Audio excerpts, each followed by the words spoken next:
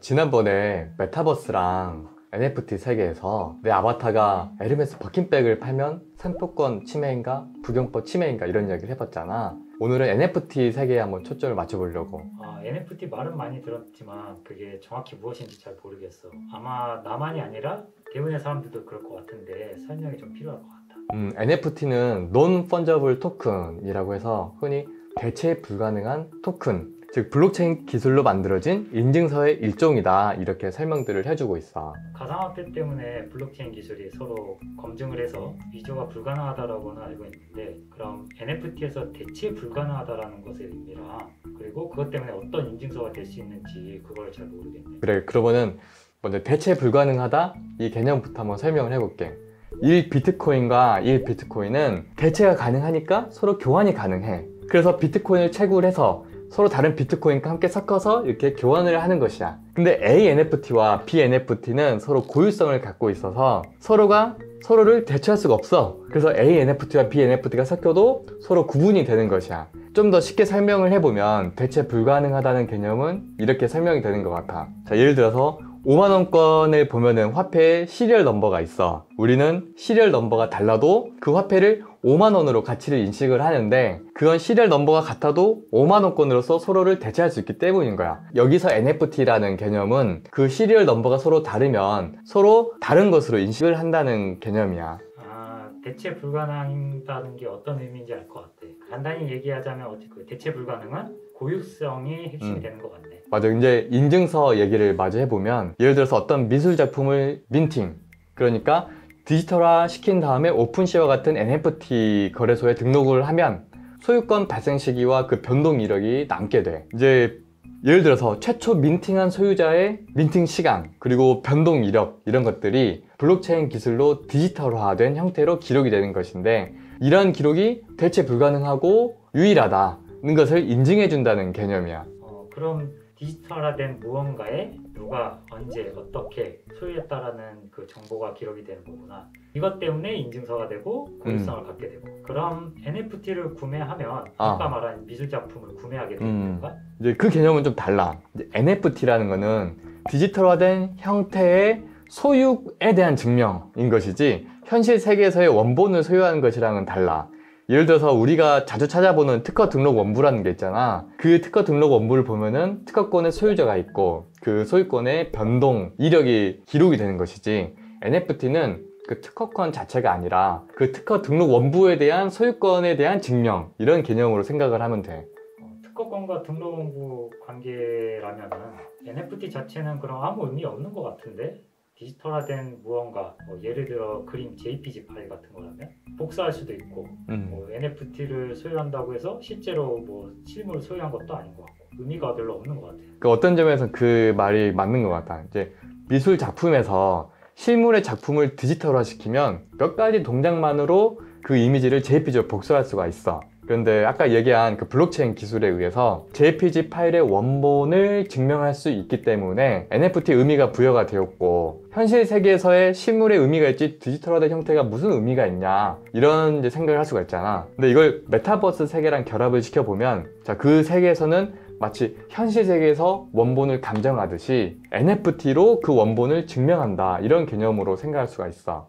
이제 메타버스랑 NFT의 어떤 연관성이 나오는 거구나. 그럼 현실과 메타버스가 NFT로 인해서 영향을 받거나 활용된 사례 이런 것들이 있는지 소개해 줄 만한 게 있는 건가? 너 에르메스 버킨백 알지? 알지. 그 연예인들이 많이 들고 다니는 그 되게 비싼 유명한 백 있지. 그런 수천만 원 하는 버킨백을 미국의 메이슨 로스차일드라는 NFT 작가분이 이미지로 만들어서 NFT 거래소에서 메타 버킨스라는 명칭으로 팔고 있어. 이게 NFT 거래소 오픈시 판매 금액을 보면 이제 몇 천만 원씩 하고 있거든. 그럼 그 NFT 작가가 에르메스로부터 그 이름과 이미지 사용에 대해서 허락을 받은 건가? 왠지 안 받았을 것 같은데. 맞아. 이게 안 받아서 이제 문제가 됐겠지. 실제로 에르메스가 미국 뉴욕 지방법원에서 상표권 침해를 이유로 소송을 제기했어. 역시 소송이 걸리는구나. 그러면은 뭐 사건에 대해서 결과가 나와가지고 뭐 이제 판매가 금지가 된 건가 그러면? 아직 결과가 안 나왔고 판매가 금지된 것도 아니야. 여기 대해서 그 로스차일드는 나의 이미지가 버킨백을 참고는 했는데 사실 원본과 NFT는 그 자체로서 다르고 나의 NFT 이 생산 행위는 예술 행위다 이렇게 주장을 하고 있는 거야. 전에 콜 오브 듀티 사건하고 약간 비슷하게 흘러가는 것 같은데?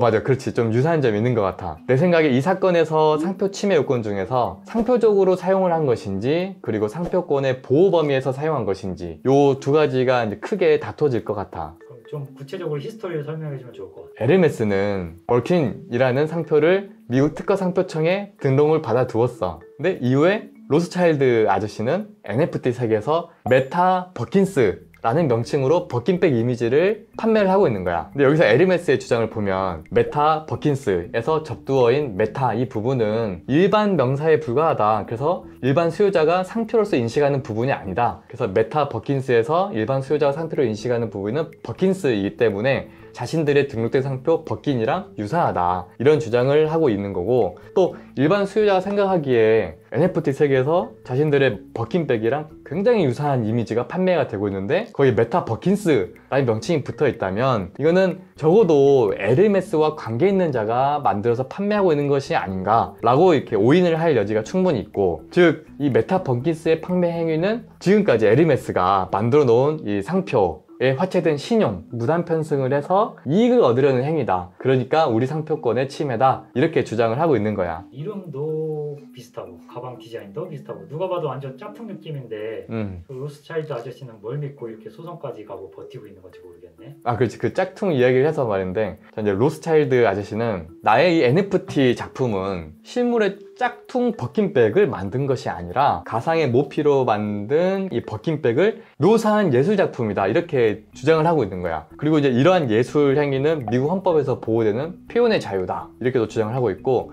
또 종전에 앤디 워홀 사건을 이야기하면서 온라인으로 캠벨의 수프캔을 묘사한 예술품을 만들고 판매할 권리가 있는 것으로 이제 판결한 선례가 있다. 그래서 나는 에르메스 상표권 침해가 아니다 이렇게 주장을 하고 계셔. 이게 예술의 영역으로 들어가니까 이게 비슷한 종종 판결 사례가 있구나. 로스차일드가 믿는 구석이 있긴 있었네. 에르메스는 워낙에 전세적으로 저명한 상표이기 때문에 만약 에르메스가 패소하면 내가 생각하는 NFT 카오스가 좀 빨리 올 것 같아. 너도 나도 명품 디자인을 연상시키는 NFT 작품을 만들어서 막 판매하려고 하겠지. 이거 완전 그야말로 진흙탕 NFT 싸움이 되겠네. 이제 현실 세계와 가상 세계를 완전히 구분해 생각할 것인지 아니면 가상 세계를 현실 세계의 연장선상으로 생각할 것인지 요 개념으로 이제 생각을 해볼 수 있을 것 같아. 한편으로는 에르메스 버킨백 소송이 끝까지 가서 판결을 받았으면 하는 바람이 있어. 그리고 NFT 거래소에서 NFT 판매 조건에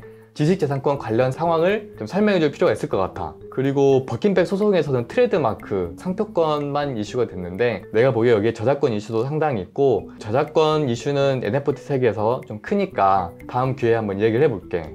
이야기 들어보니까 NFT 세계에서 이런 분쟁이 많이 늘어날 것 같네. 별지사로서 할 일이 많아지겠는데? 기대되는데?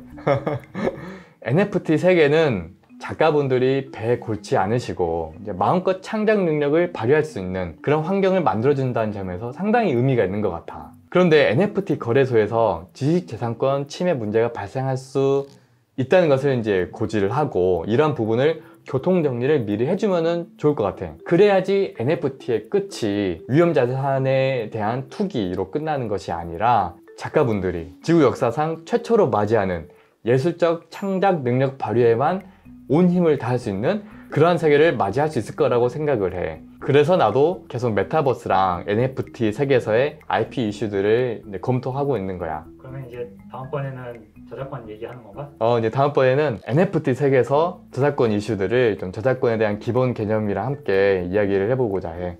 끝!